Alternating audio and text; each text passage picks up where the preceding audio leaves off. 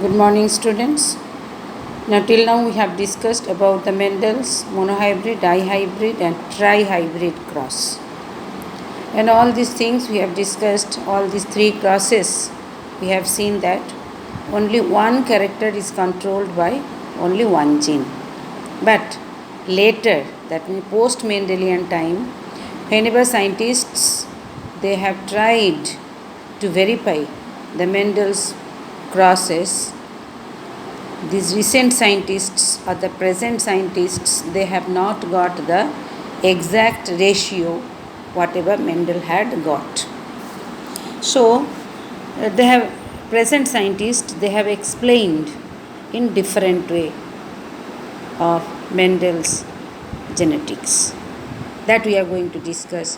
What is the opinion of present day scientists about the crosses, which is called the extension of Mendelian genetics. So Mendel's monohybrid, dihybrid, trihybrid crosses, there are exceptions are there. That's why I told that they were not, present day scientists, they were not getting exact the ratio whatever Mendel had got. That is occurrence of different phenotypic ratios. Monohybrid we have seen 3:1 phenotypic ratio.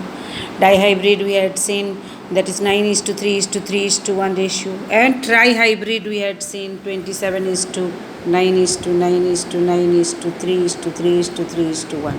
They were not getting. So that doubt had come and they have explained in different way.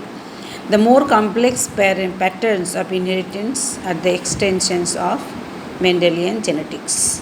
There are examples when the phenotype of the organism is the result of interaction among the genes. And not only, and they explained and they have explained that not one character is controlled by one gene. There are so many genes, more than one gene also controlling a single character, or maybe in a gene there are more than one or two alleles that are also controlling the genes. So that the concept has developed which is called the gene interaction. What is that gene interaction? The single phenotype is controlled by more than one set of genes. Mendel's experiment what? Now one gene is controlling only one character, but present day scientists they have found out that single phenotypic character is controlled by more than one set of genes, even each of the gene is having two or more alleles. In case of Mendel's cross monohybrid, what we had seen? Now tall is the characteristic feature which is having the alternative alleles, capital T, small t, dominant and tall and dwarf.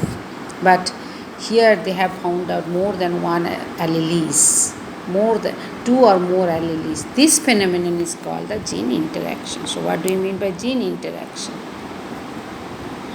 The next part, many characteristics of the organisms including the structural and chemical which constitute the phenotype are the result of interaction between two or more genes. Now we are going to a schematic presentation of flow chart. The gene interaction generalities are two types. Intralocus interaction, or it is also called allelic interaction. Between the alleles, interaction will be taking place and that will be giving the expression. We know that one. Dominant relations in Mendel's monohybrid cross, we have seen complete dominance, tall and dwarf. We'll come intralocus, or what is the meaning. The second one is called incomplete dominance. That also will be discussing. Only one gene is responsible, more than one allele is responsible for showing the expression. And incomplete dominance, codominance, both the alleles will be responsible for showing the characteristic features. Overdominance. Second type is called the lethal genes. Some genes are responsible for causing the death of the organism, which is called the lethal genes. These lethal genes may be dominant gene, may be recessive gene, may be conditional according to the environmental condition, or may be sex chromosomes are involved.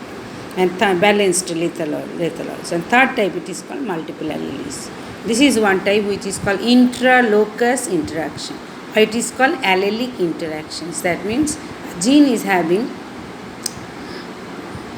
one or two alleles and they are interacting between themselves.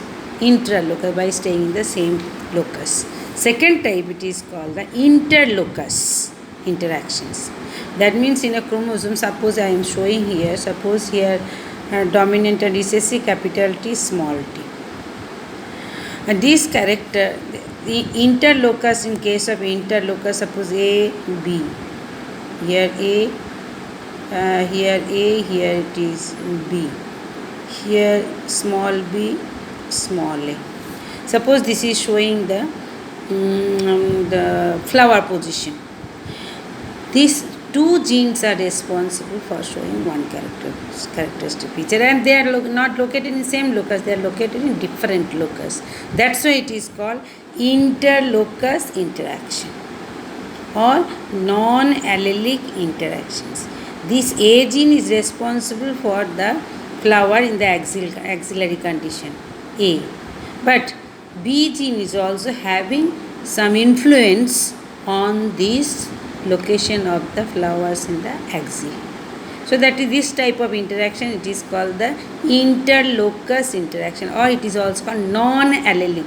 A and B different allele. A one allele, small a.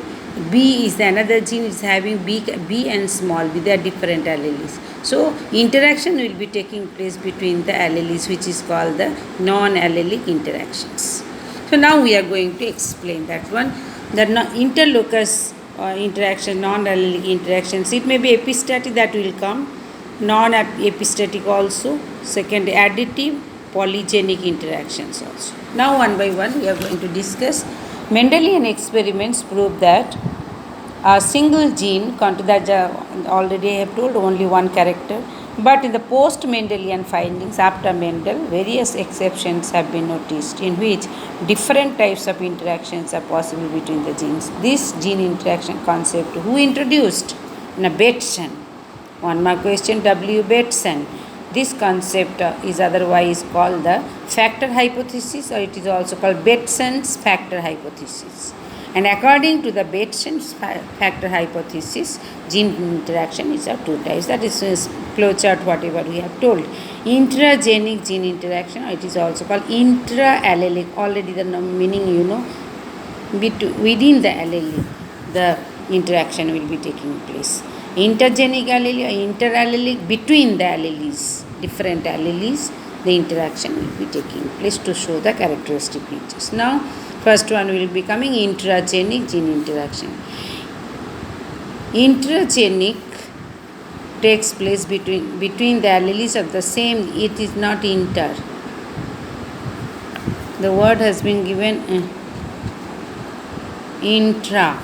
Intragenic interaction takes place between the alleles of the same gene.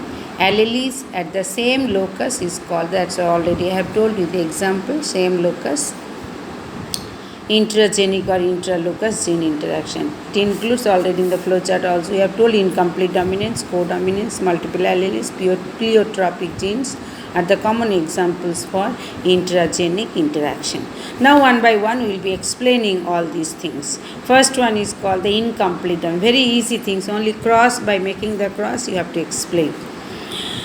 The German botanist Karl Korenz in 4 o'clock plant, scientific name of 4 o'clock plant is Mirabilis jalapa, when the pure breeding homozygous red parent means red flower, here it has been seen, you can see this is the parent, the red color flower, this is one parent, homozygous it is because R1 pure breeding, and another parent is R2 which is called white parent, that means white flower bearing parent plant. Parent is crossed with homozygous white, the phenotype of the F1 hybrid is pink color, heterozygous pink. So how to, this is, if you are unable to show in flower, you can write like this, R1 crossed with R2,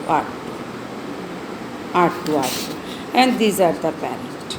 Phenotype you have to write, this is the red color flower, this is the white color. Now gamete formation will be there, gamete, just like Mendel monohybrid, gamete will be there, that is R1, one type of gamete, and here also gamete will be R2.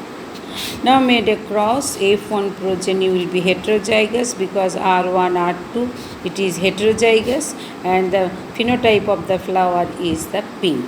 Now why the pink? Monohybrid cross, we have seen that R1 parent is showing that character is expressed. The flower should be red, but here the flower is pink. The reason behind that we are going to discuss. That's why it is called incomplete. R1 also red color flower, it is not showing its expression fully. That's why the flower is pink color. The F1 heterozygous phenotype differs from both the parents. It's not like red flower or not like white flower. This cross did not exhibit the character of the dominant parent, but an intermediate color pink. So what do you mean by this incomplete dominance? Now when one allele is not completely dominant to the other, R1 is not completely dominant. R1, that means red color flower, is not completely dominant on the R2. So that here not a single parent is showing its dominant characteristic features over the other. This type of allelic interaction is called the incomplete dominance. F1 generation produces intermediate phenotype pink colored flower. When the pink colored flowered plants of F1 generation were interbred or made a cross, that means selfed, R1, R2, made the selfing has been made, then F2 phenotype, what it will be? Now first it will be the gametes. Two types of gametes will be. Two types of gametes. Here also two types of gametes. Now F2 generation, what it will be? F2 generation. Now R1, R1, R1, R2, again R1, R2, and R2, R2. So here we can see this is 1, this is 2. Same type of genotype, and this is 1. 1:2:1. So you can see the F1 F2, both the phenotypic and genotypic ratio are found to be identical as 1:2:1. What is the phenotypic ratio? Now this one is a red flower, this one is pink flower, and this one is white flower. So if we see the phenotype, that is 1:2:1. If we see the genotype, this is 1 genotype, this is 2, and this is also 1. So in incomplete dominance, the phenotypic and genotypic ratio are both same. That's why genotypic ratio R1, R2, 2 are, from this we can conclude that alleles themselves remain discrete, separated, and that one we know law of segregation, and unaltered, proving the Mendel's law of segregation. The phenotypic and genotypic ratio are the same. There is no blending of genes. If the blending of genes supposed to take place of R1, R2, or in this here also, blending had taken place, there is no blending of genes. The F2 generation, R1 and R2 genes segregate, and not F2, F1, and recombine to produce the pink color, pink and white, the same ratio. R1 allele codes for an enzyme. Then what is the reason? Reason behind that. R1 alleles code for an enzyme which produces the red colored pigment. R1 alleles codes for an enzyme responsible for the formation of red colored pigment. But R2 allele code for defective enzyme. It cannot produce the red pigment. That's why the flower is white. Now R1, R2 genotypes